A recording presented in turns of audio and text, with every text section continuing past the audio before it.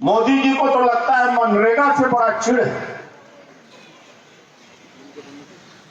हर राज्य में मनरेगा के लिए जो पैसा केंद्र से जाना चाहिए कम हो गया है।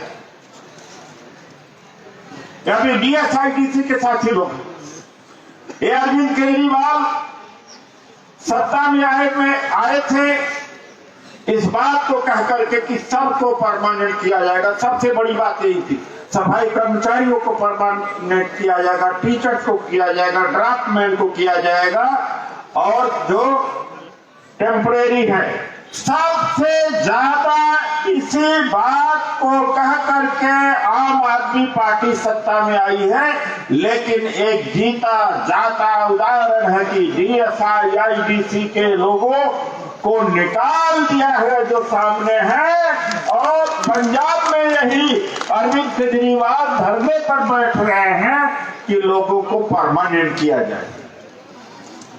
इतना झूठा बोलना, इतना दोगलापन, ये सारे पंजाब में, मैं इन साथियों के साथ में भी जरूरत पड़ेगा तो हजारों लोग जो दिल्ली के टेम्परेरी हैं जिनको परमानेंट किया जाना चाहिए, इनको लेकर के पंजाब कूच किया जाएगा। और मैंने आपको वादा किया है कि आपकी लड़ाई हम लड़ेंगे। आप लीडरशिप में भी आइए। यहां न जाति के आधार पर, न जान पहचान के आधार पर, न धर्म के आधार पर काम दिया जाएगा, काम के आधार पर। अगर कामगार कर्मचारी कांग्रेस और हम भी अपने कार्यकर्ता के साथ अन्याय करें, जो लोगों को धोकर के लाए, लोगों के बीच में रहे, उसको हम सम्मान, उसको इज्जत, उसको पद न दें, तो इस संगठन को चलाने का क्या मतलब है कि हम दूसरे के अन्याय के खिलाफ लड़ रहे हैं। अपने नेता के, अपने कार्यकर्ता के साथ हमारा ही संगठन अन्याय करे, हम उसको न लड़े। हमारे यहाँ काम के हिसाब से ही पोस्ट और पद दिया जाएगा, काम के हिसाब से दिया जाएगा, चेहरा के हिसाब से नहीं देगा।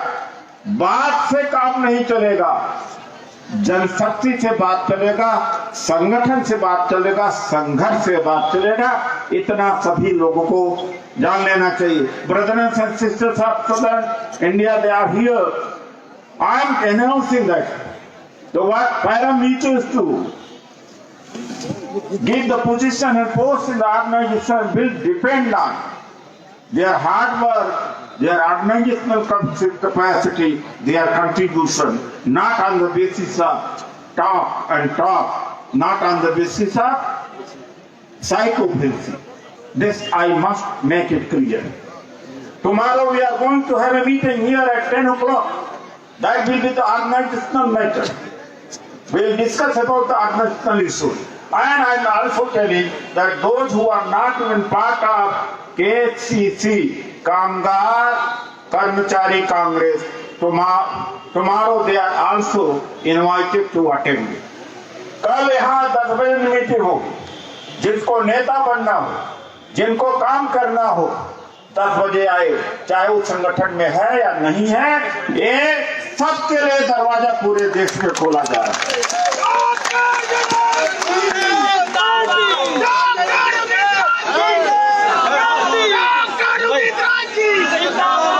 एक बात मैं और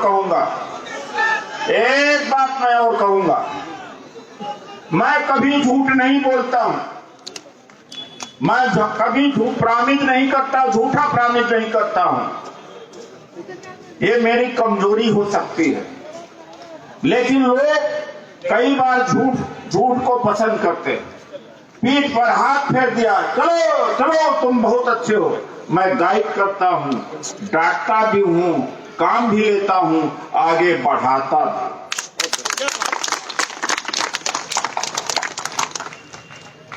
डायरेक्ट हमने तो जंगल में दूसरे देश में जाके संगठन खड़ा कर दिया। मैं संगठन का ही आदमी, और बिना संगठन के आप इस तानाशाह को आप हटा नहीं सकते। आरएसएस ने पन्ना प्रमुख तक संगठन खड़ा किया है, बूथ स्तर तक, यह आप समझ सकते हैं। जिस तरह से प्राइवेटाइजेशन हो रहा है, लैटरल एंट्री, जो आरएसएस के लोग आईएएस बन रहे हैं, चाहे जनरल कैटेगरी का हो, चाहे दलित हो, चाहे पिछड़ा हो, जनरल कैटेगरी का बेटा बेटी भी मुखर्जी नगर में हर जगह कड़ी मेहनत कर रहा है आईएएस बनने के लिए, लेकिन अब वो आईएएस नहीं बन पा रहा है क्योंकि आरएसएस के द्वारा आईएएस बनाए जा रहे हैं, ज्वाइंट सेक्रेटरी बनाए जा रहे हैं। एक कहां जाएंगे, करोड़ों करोड़ों युवा कहां जाएंगे? हमें इसके खिलाफ लड़ाई लड़ना है। और मोदी जी को सरकारी नौकरी से चिढ़े, ये आदमी जब मुख्यमंत्री बना गुजरात में, सबसे पहले ठेकेदारी प्रथा लागू किया। जो देश का प्रधानमंत्री ये कहे कि सरकार का काम रोजगार करना नहीं है, इससे ज्यादा शर्म की बात क्या हो सकती है? और यह शर्म की बात जनता के लिए भी है कि हम बर्दाश्त कर गए। सरकार की जिम्मेदारी होती है कि वो रोजी रोटी दे, और सरकार अगर रेल चलाना हो, बीएसएनएल चलाना, पोर्ट चलाना है, सरकार को चला करके हमें नौकरी देना चाहिए, ये सरकार की जिम्मेदारी बनती है। लेकिन ये प्रधानमंत्री प्रधानमंत्री प्रधानमंत्री कह करके बच जाता है। करोड़ों युवा सड़कों पर नहीं उतर जाते कि जागीर है तुम्हारी। एक कांग्रेस के जमाने में, इंदिरा गांधी जी के जमाने में पब्लिक प्रॉपर्टी से चाहे रेल बना है, चाहे बीएसएनएल बना, चाहे पोर्ट बना है, चाहे एलआईसी बना, चाहे बैंक बना है, तुम कौन होते हो बेचने वाले? लेकिन जनता की संपत्ति को बेचने का काम किया जा रहा। अगर दूसरे समाज की बात, दूसरे देश की बात होती, जनता सड़कों पर निकल जाती कि हमारी संपत्ति है, हमारी रोड है, हमारा ब्रिज है, हमारी बिल्डिंगें हैं, हमारी एयरलाइंस है, लेकिन ये आदमी बेचने का काम करता है। आश्चर्य होता है। हमारा संगठन इसके खिलाफ में लड़ेगा। हमारा संगठन 80 लाख सरकार में नौकरियां खाली पड़ी हैं। 80 lakh central government, state government में 80 लाख खाली पड़ी हुई हैं।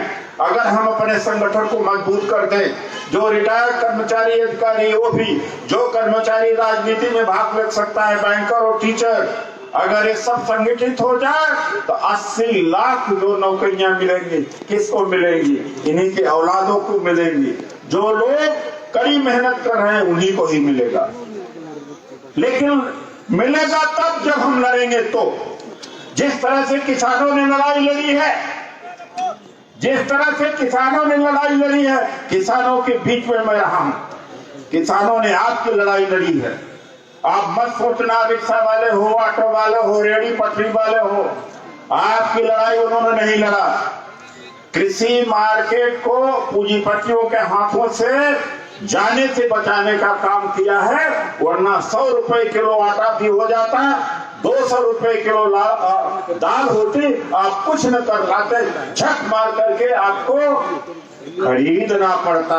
क्योंकि अडानी की नजर पूरे कृषि बाजार में थी, इसलिए किसानों ने आपकी लड़ाई लड़ी है। जो भी किसान आंदोलन में है, हम उसको सलाम करते हैं, हम उन्हें सम्मान देते हैं।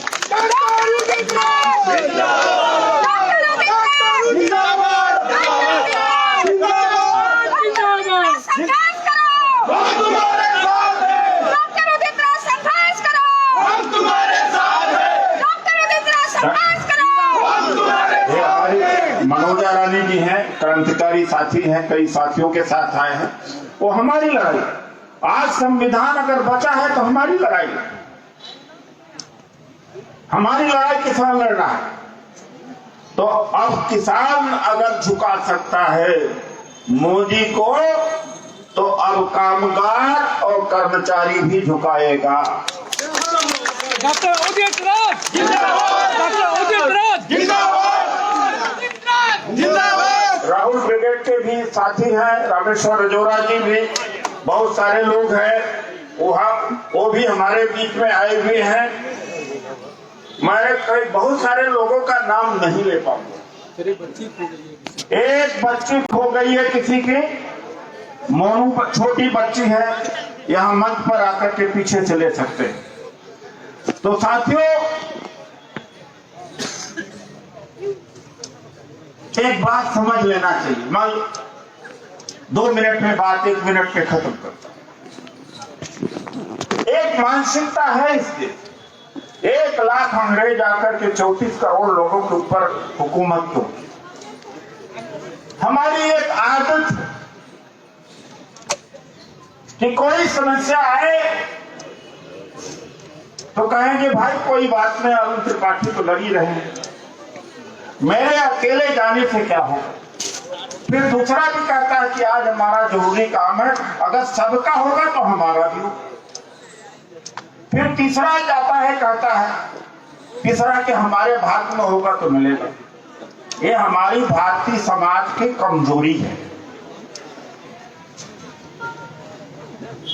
आप पेट्रोल महंगा हुआ, अनाज महंगा हुआ, हर चीज महंगी हुई, मेरे ऊपर शायद उतना फर्क नहीं पड़ेगा, राहुल जी के ऊपर उतना फर्क नहीं पड़ेगा।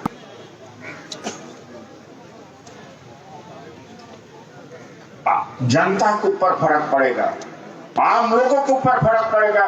तो क्या आम लोगों को निकल करके लड़ाई नहीं लड़ना चाहिए? लड़नी चाहिए। यही कमजोरी है Bharatiya Samaj.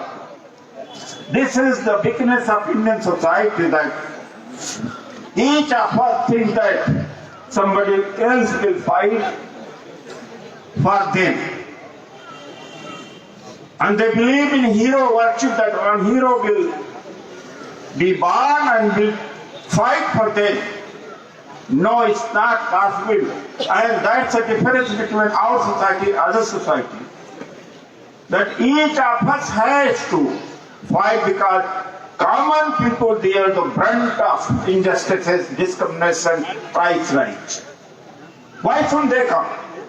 I may not be affected much by price rise and other things, but what about the common person? But the common people, they think that though, that each think differently, that if he did not, or she is not coming, then others are fighting, then the third one and fourth one, they think like that, and that is how the tyrant is succeeding here. And I tell you, last I am telling you, that if we do not dislodge this BJP government, 2024 के बाद में चुनाव भूल जाना, 2024 के बाद में संविधान खत्म हो जाएगा। और मैं अम्बेडकराइट से खासतौर से कहता हूं, बहुजन वालों से, कि बहुजन आंदोलन जब से शुरू हुआ है, अधिकार खत्म होते रहे, बहुजन आंदोलन गाली बकते रहे, लेकिन अधिकारों को लेकर के सड़कों पर न उतरे, न संसद का प्रयोग किया, न विधानसभा का। और जितने भी अधिकार ओबीसी को, दलित को दिए गए हैं, सब के सब कांग्रेस के द्वारा दिए गए हैं, चाहे वो 20 सूत्री कार्यक्रम के तहत,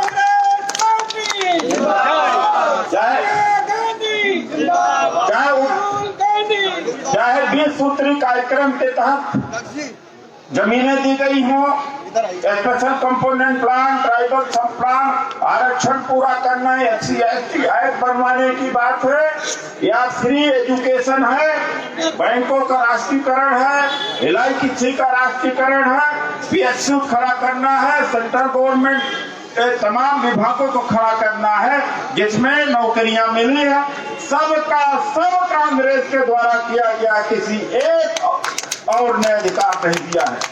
इसलिए मैं ओबीसी के लिए भी 2006 में उच्च शिक्षा संस्थानों में अर्जुन सिंह जी जब HRD मिनिस्टर थे, एजुकेशन मिनिस्टर थे, सबसे बड़ा काम अगर किया है तो कांग्रेस ने पिछड़ों के लिए वो यह है कि हायर एजुकेशन में मेडिकल इंजीनियरिंग कॉलेज में रिजर्वेशन दिया, जिसका विरोध बीजेपी RSS ने किया था। ओबीसी का सबसे ज्यादा विरोध अगर किसी ने किया है बीजेपी ने।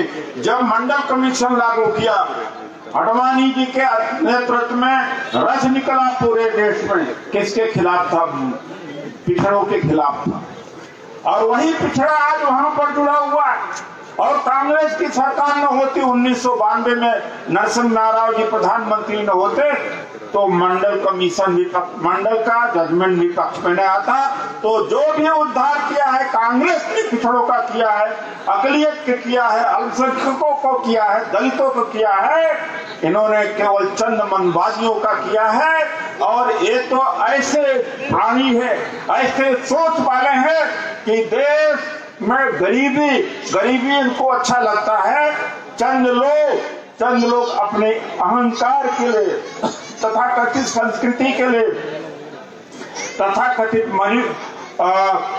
मठाधीशी के लिए पूरे देश को गरीब बना के रखना चाहते हैं, कंगाल बना के रखना चाहते हैं। हमारा फॉरेन पॉलिसी क्या है? चाइना घुस गया है, अफगानिस्तान में तब्दीली हुई, वहां भारत का कोई चर्चा नहीं। हमारी फॉरेन, बांग्लादेश हमारा दुश्मन, नेपाल हमारा है, श्रीलंका है, सारा दुश्मन। और ये देश का प्रधानमंत्री इतना डरपोक की हिम्मत नहीं हुई कि चाइना का नाम जुबान पर आ सके, जबकि चाइना हमारे धरती पर आ चुका है, गांव भी बसा चुका है।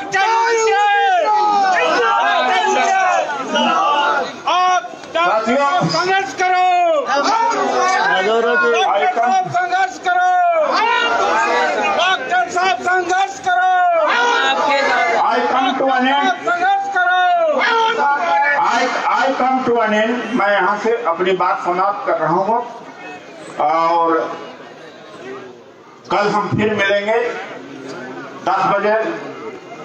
और जो संगठन में आना चाहते हैं अपना नाम नंबर लिख करके अभी दे दें। मैं थोड़ी देर तक और रहूंगा, जब तक कि सबका साथ में हम फोटो न खिंचा लें। उसके बाद में till tomorrow I will meet everybody.